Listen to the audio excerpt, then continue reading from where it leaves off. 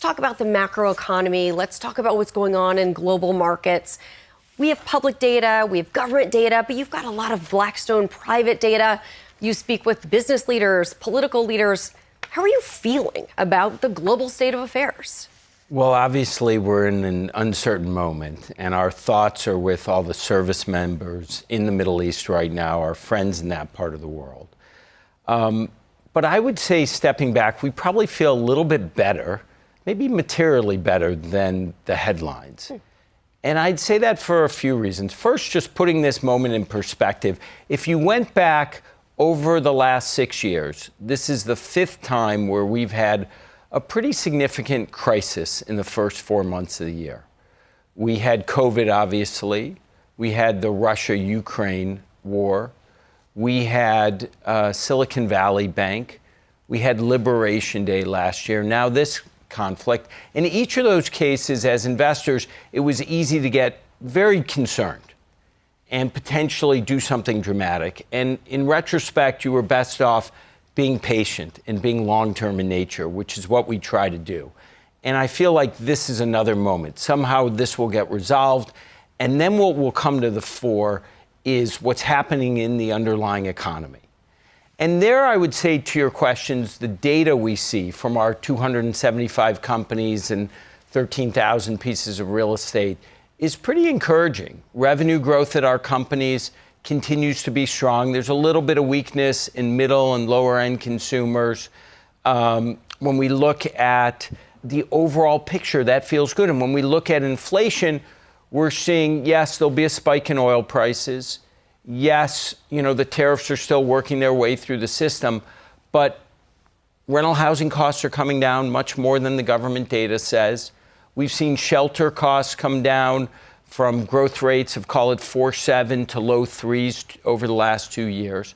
And I think the Fed will have the opportunity to lower rates later this year. And so when you have a healthy economy, falling inflation, and over time, rates coming down, that's a helpful backdrop for companies, for consumers, and obviously for investors. The other thing that I think is so important, and we call it the main thing, is what's happening with technology, which is this enormous investment boom, $700 billion by 5 companies being invested, even more on top of that when you think about data centers and chips and energy, which is providing an enormous catalyst for the economy in the near term and over the next few years, and what should lead to this long-term sort of productivity boom that we think that's going to come out of this. As the AI gets diffused into the economy, as it gets deployed in our personal lives, across companies, I think it's going to have a powerful effect. If you go back to the 1990s, we saw this, but now we're going to see it on much bigger scale. And I think that will accelerate economic growth. I think it will accelerate earnings growth and, again, be good for investors. The big asterisk, actually, is not the near-term volatility in the world. It's the disruption that's going to come from this technology. And we'll talk about that, I'm sure, in our discussion. But it's really the way businesses are going to be changed. And how do you invest against that? Where do the risks lie? That, to me, as an investor, is the big thing we're thinking about. But when I look at collectively the overall backdrop, it feels certainly a lot better than what I read every day. Materially better. Materially better. That stands out to me. Okay, so private credit, that's the subject of this webinar. But before we kind of dig into the tougher questions, let's just level set here. What is private credit? Why has it gotten so big? And why is everybody so focused on it right now? Well, I guess I'd start with, it's pretty basic. It's basically non-bank lending.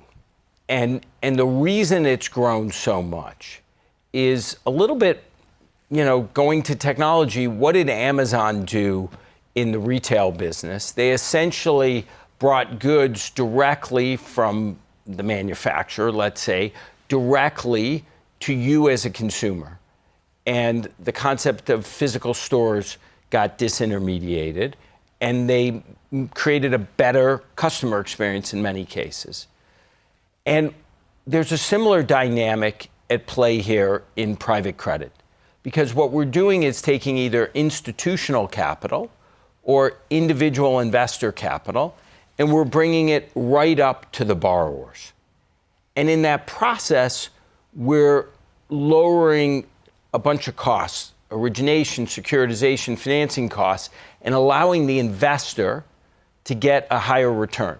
Now, in exchange for that, the investor does give up some liquidity, and that's what the trade-off is. And that's basically the trade-off at Blackstone, which is you trade away some level of liquidity for higher returns. But that's what's been happening in both non-investment grade credit, which was what BCred's about, but also in the investment grade world. From the borrower's standpoint, it's often a better experience because they get certainty, because the entity, let's call it BCred, is delivering them a fixed price because they're going to hold the loan, as opposed to a financial institution who may be selling it downstream and say, hey, look, the pricing I'm going to charge you may change depending on where I sell the ultimate product. And then from a financial system standpoint, it's beneficial because it's a lower leverage way generally of lending, which is if you think about what we do for institutions, which is often unleveraged, or in the case of BCred, less than 1 times leverage, a fraction of financial institutions, it's bringing down the amount of leverage in the system. So that's beneficial. Why is this happening now? I think there are a few reasons. There were a few high-profile bankruptcies in the fall of last year, interestingly, that were not private credit originated, but the sector has grown a lot. There are market participants who don't love this new dynamic, who would love to see private credit go away. But I think because of what I've said, which is the fact that you can deliver the product, essentially the capital directly to borrowers and offer certainty, that dynamic will allow this to continue to grow. Could it slow in some sectors for a period of time, as we've seen now, because there's uncertainty? Yes.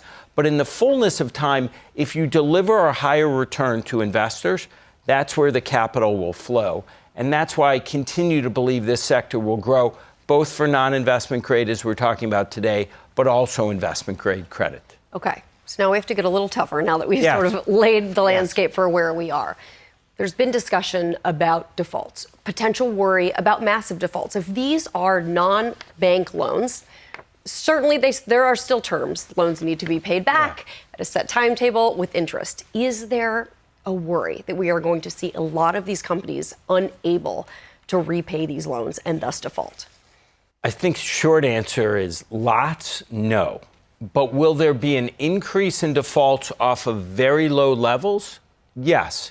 And we've been saying that for some time. These are non-investment grade loans. If you look in the leveraged loan and high yield markets, the liquid markets, the average default rate's 3%. That's part of what's priced into these products, is that there will be some level of default.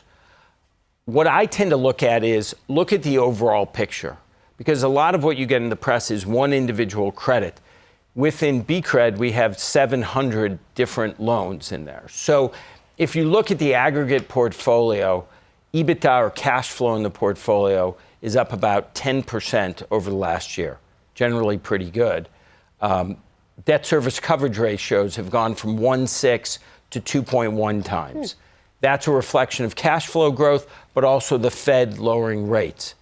Those are generally not aligned with a sharp uptick in defaults. Now, there will be some increase. And then the question becomes, when you have challenge credits, how do you treat those? Well, if you look in BCred, the bottom 5% of the portfolio of these senior loans is marked at 76 cents.